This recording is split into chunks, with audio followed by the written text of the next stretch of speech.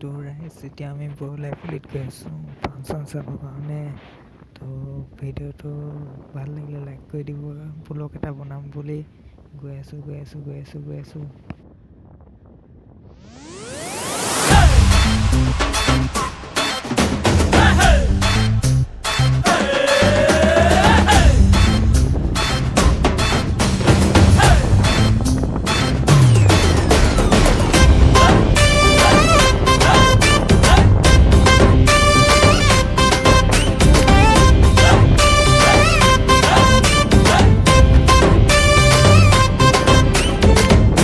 तोर नैना दिल में लागेला, मन कर चैना लुटेला।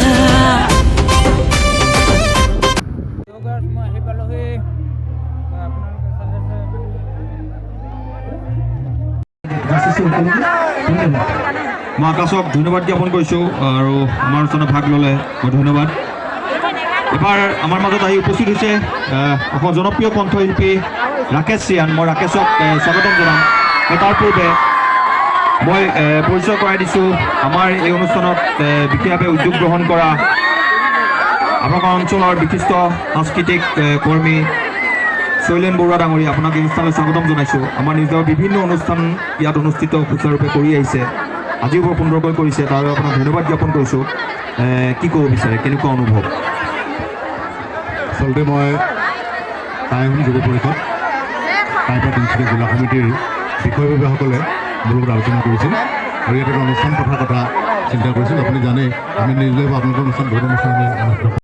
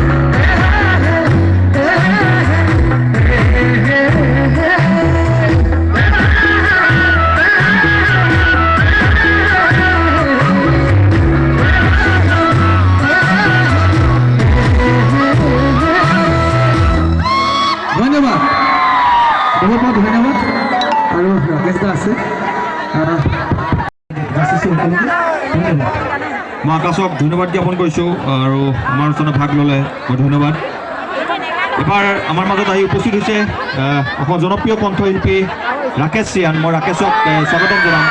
তাৰ পূৰ্বে মই পৰিচয় কৰাই দিছোঁ আমাৰ এই অনুষ্ঠানত বিশেষভাৱে উদ্যোগ গ্ৰহণ কৰা আমাৰ অঞ্চলৰ বিশিষ্ট সাংস্কৃতিক কৰ্মী শৈলেন বৰুৱা ডাঙৰীয়া। আপোনাক এই অনুষ্ঠানলৈ স্বাগতম জনাইছোঁ। আমাৰ নিজৰ বিভিন্ন অনুষ্ঠান ইয়াত অনুষ্ঠিত সুচাৰুৰূপে কৰি আহিছে, আজিও বৰ সুন্দৰকৈ কৰিছে, তাৰ বাবে আপোনাক ধন্যবাদ জ্ঞাপন কৰিছোঁ। কি ক'ব বিচাৰে, কেনেকুৱা অনুভৱ? আচলতে মই টাইম যুৱ পৰিষদ টাইপৰ তিনিচুকীয়া জিলা সমিতিৰ বিষয়ববীয়াসকলে মোৰ লগত আলোচনা কৰিছিল আৰু ইয়াত এটা অনুষ্ঠান পথাৰ কথা চিন্তা কৰিছিল। আপুনি জানে আমি নিজে আপোনালোকৰ অনুষ্ঠান বহুত অনুষ্ঠান আমি আকাশ নিবি আহি আছে। আজি আপোনালোকৰ মঞ্চত দেখাইছোঁ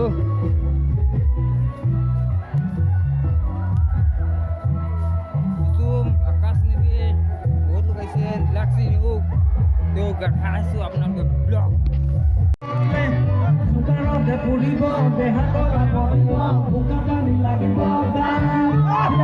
বোকাটো একেলগে যাবলৈ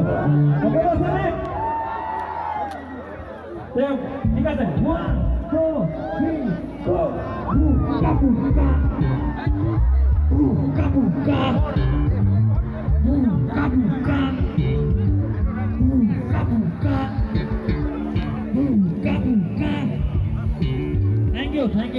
Thank you. বৰ লাউৰি পুলি ৰাইজৰ কাৰণে অকণমান দৌৰকে হাত চাবলৈ দিয়কচোন। চাওঁচোন বৰ লাউৰি পুলি সঁচাকৈ ৰাইজ বহুত লগত এনেকুৱা এটা ক্ৰাউড পাইছোঁ য'ত ৰাইজে ইমান ধুনীয়াকৈ সহযোগ কৰি আছে। এবাৰ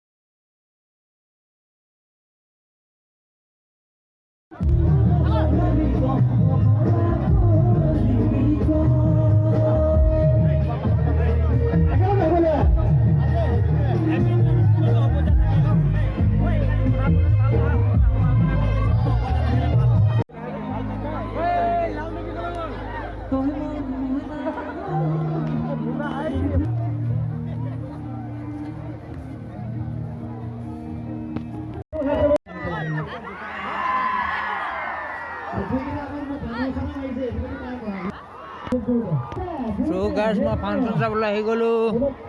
বৰলাই পুলি আহিছে। ৰিলাক্সি নিয়োগ কুসুম কৈলাশ আকাশ নিবিড় এইটো আকাশ প্ৰীতম বহুত লোক আহিছে। কুসুম কৈলাশ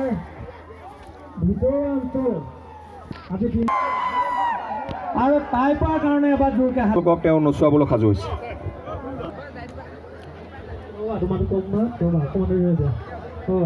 ইমান শেষ হ'লে মই নিজে ভৰি চৰি দাঙি নাচোঁ। মই ইমান শেষত নোৱাৰো নাছিলোঁ। অকণমান বহল হ'ব লাগে ৰাইজে দেখাকে বহুত জেগা লাগে। মই মানে হাত ভৰিবিলাক বিৰাট ডাঙৰ, সেইকাৰণে মোক অকণমান বহল কৰি দিয়ক।